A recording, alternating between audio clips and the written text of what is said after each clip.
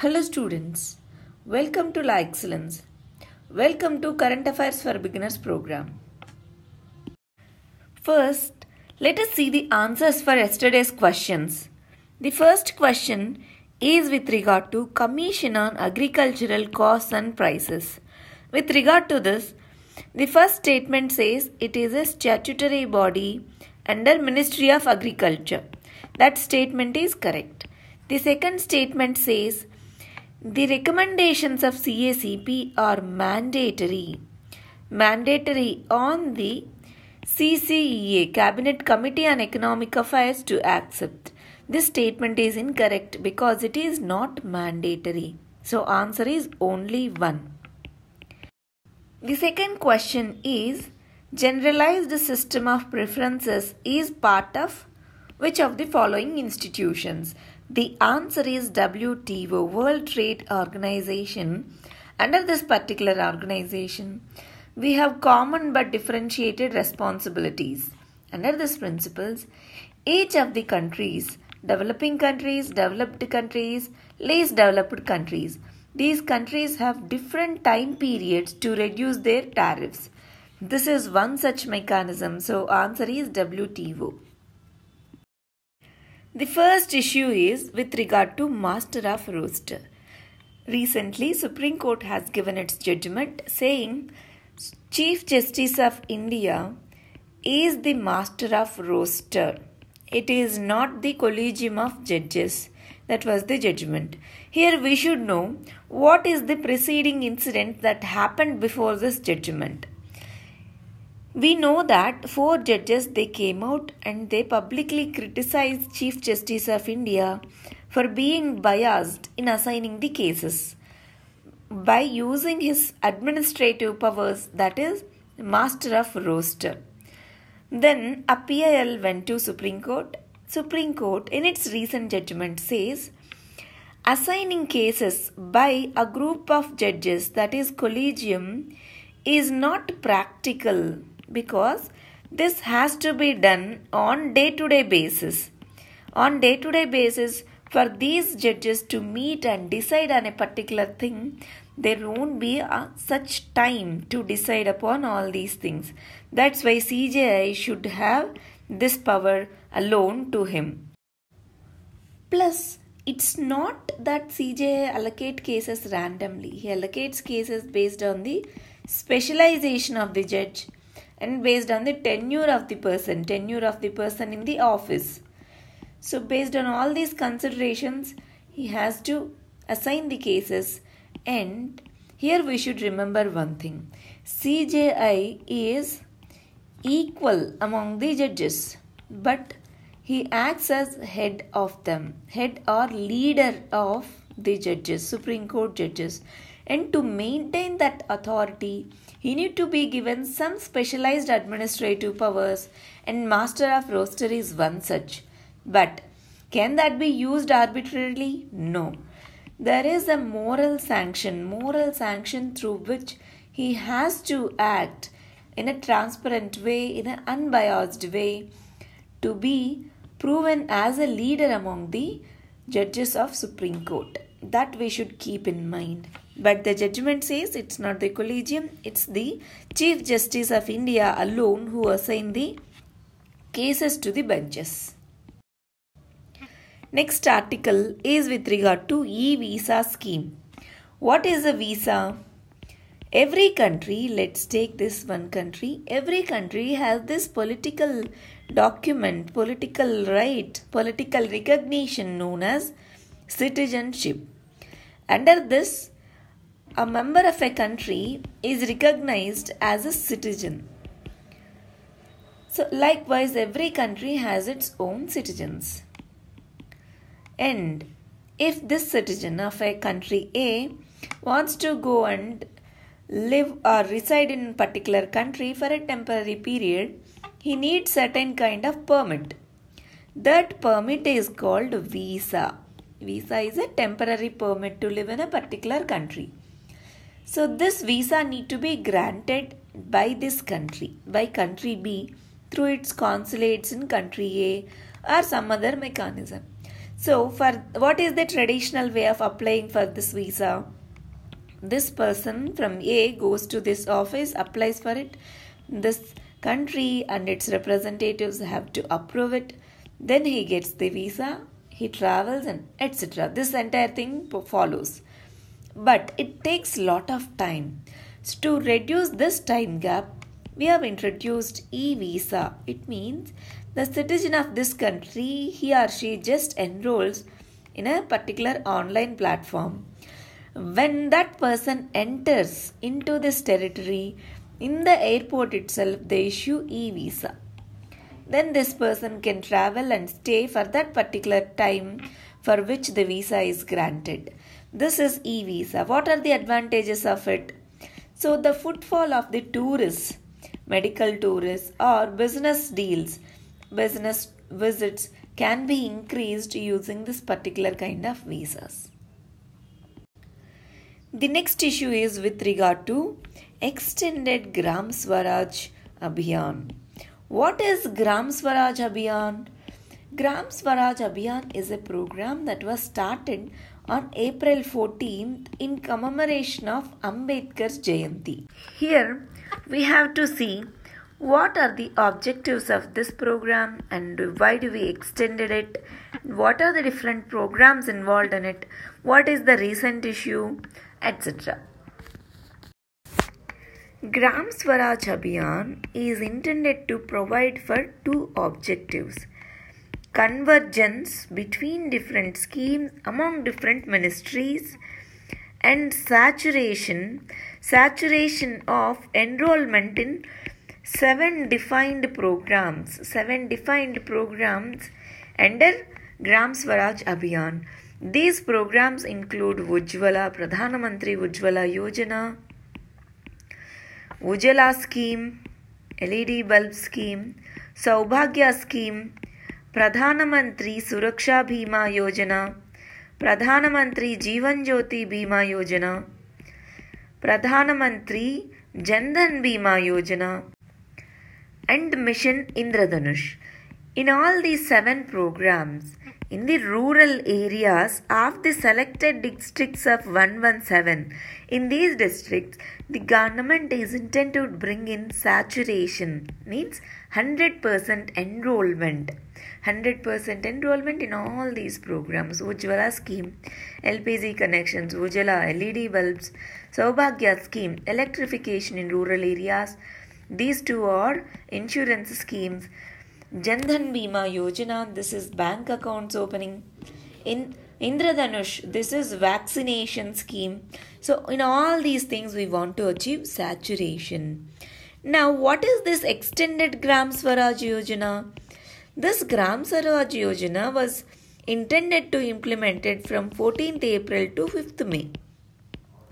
By seeing its success, we have extended this program, and now the government has appointed 800 IAS officers specifically to review this program, to reach the people at the local level, Gram Panchayat level, to get to know their problems in the implementation and to suggest measures to effective implementation of all these programs.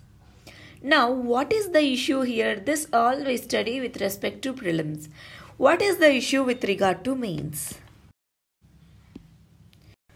With regard to mains, here we have this principle of federalism, under which in the 7th schedule of Constitution we have divided the subjects into state list, central list and concurrent list, under which states have given specific functions, center has its specific functions. In this list, both center and state can make the laws and implement them. But most of the welfare related schemes, welfare related implementation is with hands of the state. Now, with this program, appointment of these central officers to review the program, to see their implementation, it affects the principle of cooperative federalism, because under cooperative federalism, both center and states are envisaged to share their own domains and coordinate and cooperate. If center involves in the implementation of the programs which is the domain of states, then friction may come in the relation. That's why this program is said to have some drawbacks with regard to federalism. So this need to be made clear to the states that only this intends to strengthen the program, not to demotivate or demean the functions of state. That is what the clear message that have to be sent by the center. Now this article says alternative cereals can save the water. Now what is the main concern in the agricultural productivity? Why do we need to shift to alternative cereals to save water? Now if we observe, all of us are deliberating, or most of the countries are deliberating upon this process of climate change and its related impacts. That is one challenge. Plus water availability is the other biggest challenge. Water availability. So water scarcity is there. Most of the regions in India are rain fed, especially with regard to agriculture. So in this context, many agricultural scientists suggest that agriculture should move from water intensive crops to less water utilizing crops. With this recommendation only, Green Revolution 2, second generation Green Revolution is proposed. It envisages for less use of water, because Green Revolution 1 led to increase in the number of water intensive crops. Here what are the water intensive crops? Rice, sugarcane, wheat. These are water intensive crops. Millets, coarse cereals. All these require less water. Plus as compared to these, the nutrition levels in them are high. Plus diversity in them is very high. Diversity is high. So in any part of the country, these can be grown. So we should move from water intensive to less water utilization of crops to save water, to save diversity, to increase nutrition levels. These are all important aspects that are discussed in this particular article. Next article is with regard to trade order, new world trade order. See, we know that, and we have discussed many times, that trade war, virtual trade war is happening now when the USA increased its tariff on many goods, including its aluminium and steel imports. Subsequently, many countries like China, India, they try to increase their tariffs on other goods. This is more obvious between these two countries, USA and China. With this respect, we need not discuss on what items they have increased, what is the present situation. We need to discuss the broader issue of globalization and protectionism that we are experiencing now. What are these two concepts? What is globalization? Globalization is nothing but interconnecting different countries in the world through technology. Technology, people to people migration or contact availed through technology and transport. Here, trade increases as compared to the earlier years. Under globalization, the trade, people to people movement, etc., it increases enormously. For that purpose only, we have this organization called as WTO, which ensures fair and free trade. Because when the trade volume and trade diversity increases within the world, there is a chance that one country may discriminate against other. To reduce that, WTO is there. Now, under this framework, globalization framework, what should happen ideally? The tariffs should decrease between the countries progressively. With the time, they should decrease. But now, especially the advanced countries in the West, Those are European countries, USA. These are becoming more protectionist now. What is the meaning of protectionism? Protectionism is saving their own economy by imposing more taxes that are on the goods and services that are coming into their country so as to protect their domestic economy. So these countries are the earlier countries which went against protectionism, but now they themselves are moving towards protectionism. Why? After recession, 2008 recession, all these countries are still unable to come out of it. They want to save their employment within the country.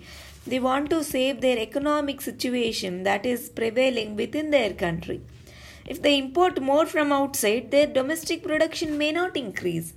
For that purpose, they are imposing more tax, they are imposing more tariffs and non-tariff barriers like sanitation measures, child labor norms, etc. They all are imposed by the advanced countries on the developing and least developed countries. This is the concept of protectionism and globalization, which we should know to understand this tariff war or trade war that is going on now. The next article is on CST Act. This is discussed earlier, but here my interest is to show you one section, section 18 of this particular act, CST Act, which prohibits the arbitrary arrest and which allows to go for anticipatory bail. Because availing check against arbitrary arrest is the fundamental right of the citizen. For example, let's take a case where a person belongs to this community filed a frivolous case saying he has verbally abused me. Then can this person be arrested under non-bailable clause? Which means bail will not be given to this particular person until he is admitted into the court, etc. Now, the court says, what if this case is frivolous? What are the checks that are established to curtail such frivolous acts or false cases? For that purpose, only recently, 2 months back, Supreme Court added this qualifier. We have this qualifier. Qualifier means not in all the cases, but in simple and frivolous cases, bail should be granted. Non-bailable warrant should not be given. For the serious cases, non-bailable warrant should be given. But the criticism against this judgment is who should decide which is a serious case, which is a non-serious case. There are power centers at the local level which may abuse the rights of these persons, may get bail saying this is a simple or frivolous case. So who will check that particular thing? That is the case. In any case, what Supreme Court said is correct. There should be some check against the arbitrary arrest. That is the fundamental right. And it is sure that power may corrupt this particular provision. So there should be a check on this arbitrary arrest, as well as there should be a mechanism to decide on which are serious cases, which are non-serious cases. Then only this act can become a real rescuer for this particular communities. Thank you very much and sorry for the delayed upload. Thank you.